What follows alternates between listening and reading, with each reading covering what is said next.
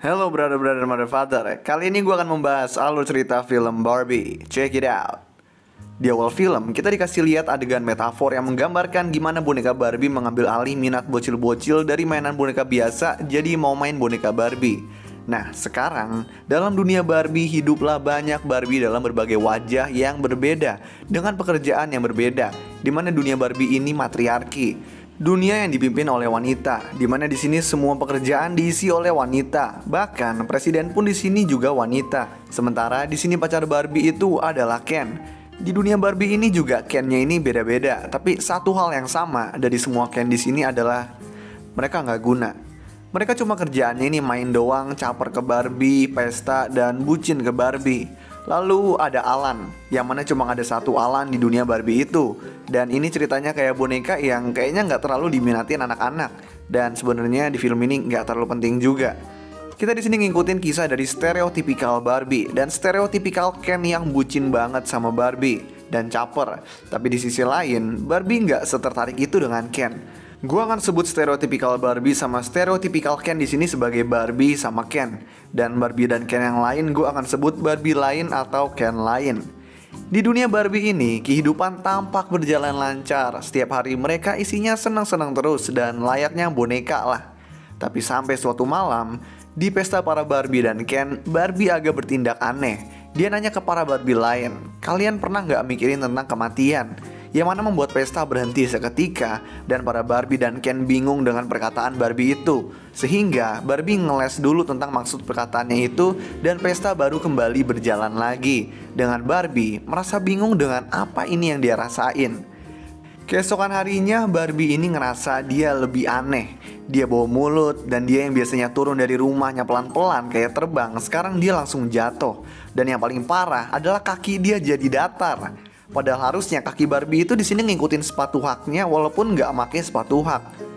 Ngasih tahu hal ini ke Barbie lain, Barbie disaranin buat ngecek ke Weird Barbie atau Barbie aneh yang jadi semacam konsultan bagi Barbie yang punya malfungsi. Barbie pun nemuin Barbie aneh dan dia ngasih tahu apa yang dia alami.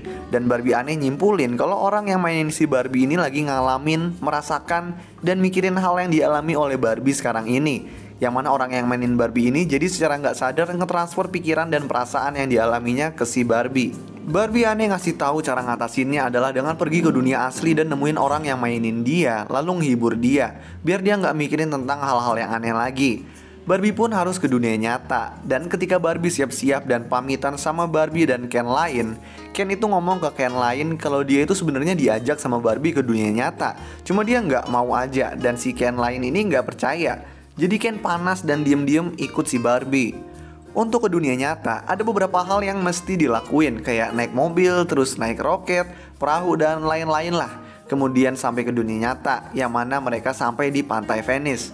Karena pakaian mereka yang nyentrik, pria-pria di sana ngeliatin Barbie kayak kaget dan ngegodain Barbie. Ya karena beda dengan dunia mereka, Barbie dan Ken beberapa kali ditangkap karena membuat masalah. Hal ini terdengar sama karyawan Mattel, yaitu perusahaan pembuat boneka Barbie. Karyawan ini kemudian ngasih tahu ke CEO Mattel yang kemudian menyuruh anak buahnya nyari si Barbie. Dan di sini sempat disinggung kalau kejadian kayak gini dulu juga pernah terjadi, tapi cuma boneka yang nggak terlalu penting, nggak sepenting Barbie.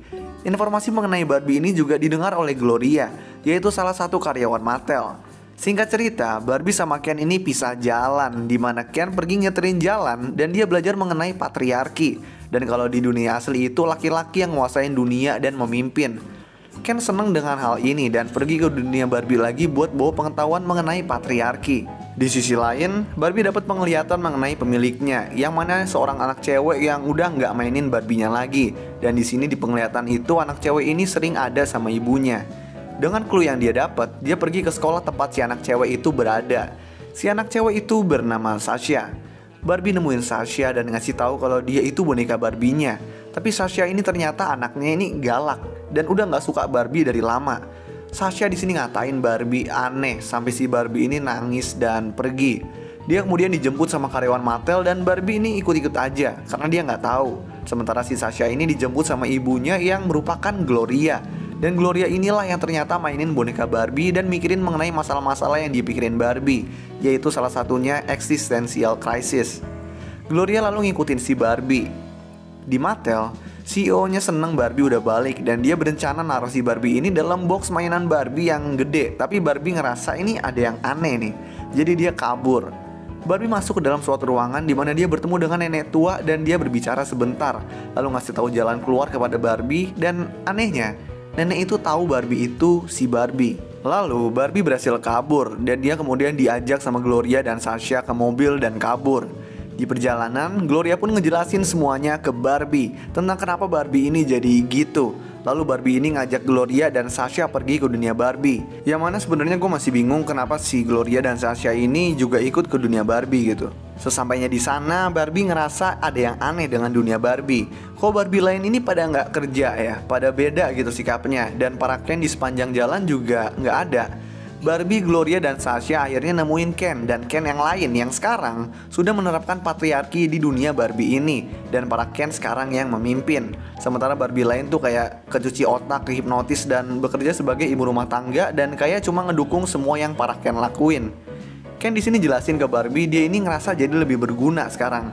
Nggak cuma jadi pendukung Barbie. Melihat Ken yang tampak kesal kepadanya dan para Barbie lain nggak ada yang ngedukung dia, Barbie sedih dan stres. Barbie lalu dibawa ke Barbie aneh yang ada di sana. Diikuti juga sama Gloria dan Sasha. Dimana di situ juga muncul beberapa Barbie lain yang bisa dibilang nggak penting atau kurang laku mainannya, yang belum dihipnotis sama para Ken. Barbie lalu diceramain sama Gloria atau bisa dibilang diberi pidato. Dan pidato ini nih yang ngubah Barbie tiba-tiba jadi senang lagi. Barbie, Gloria, Sasha, dan Barbie lain yang masih sadar punya rencana, yaitu dengan para Barbie lain ini ngarahin Barbie lain yang kehipnotis diam-diam ke Gloria dan Sasha yang akan memberikan pidato. Perlahan-lahan semua Barbie lain pun udah sadar, tapi mereka masih disuruh diam-diam dulu. Jangan sampai Ken tahu kalau mereka ini udah sadar. Para Barbie coba nyadarin para Ken dengan ngadu domba para Ken dengan membuat para Ken cemburu dengan para Barbie yang pura-pura tertarik dengan Ken yang berbeda-beda. Para Ken di sini kebagi menjadi dua kubu dan mereka ini berantem besar-besaran di pantai sambil nyanyi. Emang agak nggak jelas gitu. CEO Mattel dan karyawannya pun udah sampai di dunia Barbie dan melihat perkelahian ini dan mereka semacam bingung. Tapi gak butuh waktu lama, para Ken pun sadar dan mereka ini semacam temenan lagi lalu langsung pergi ke istana Barbie yang sekarang udah diambil alih oleh para Barbie. Ken yang ngerasa gagal dan dia minta maaf ke Barbie. Ken jelasin kalau dia gak tahu harus apa kalau tanpa Barbie, karena gak pernah ada Ken doang. Selalu Barbie, kalau gak Barbie, Barbie dan Ken. Barbie nyuruh Ken belajar cari identitasnya sendiri lah. Dan para Ken ini sekarang boleh lebih ambil peran di dunia Barbie. Namun selain CEO Mattel, nenek yang dia temui di perusahaan Mattel itu juga datang ke dunia Barbie dan dia ini ngajak Barbie buat jalan berdua, buat ngomong empat mata. Nah di sini nenek ini adalah Ruth Handler, yang mana merupakan pencipta Barbie, tapi di sini dia dalam bentuk roh. Nah di sini Barbie bilang kalau dia mau jadi manusia, tapi Ruth jelasin kalau di dunia manusia itu nggak kayak dunia Barbie gitu. Dan manusia itu cuma punya satu akhir, dan kalau Barbie itu enggak.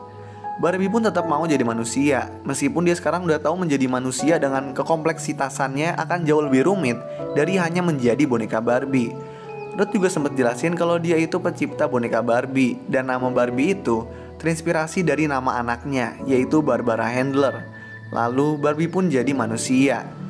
Barbie bersama Gloria dan Sasha sekarang pergi ke dunia nyata, dan gak lama kemudian dia nemenin Barbie ngelamar pekerjaan dan memulai hidupnya sebagai manusia. Dan lalu film ini pun selesai. So, thanks guys for watching. I hope you enjoyed this video and peace out.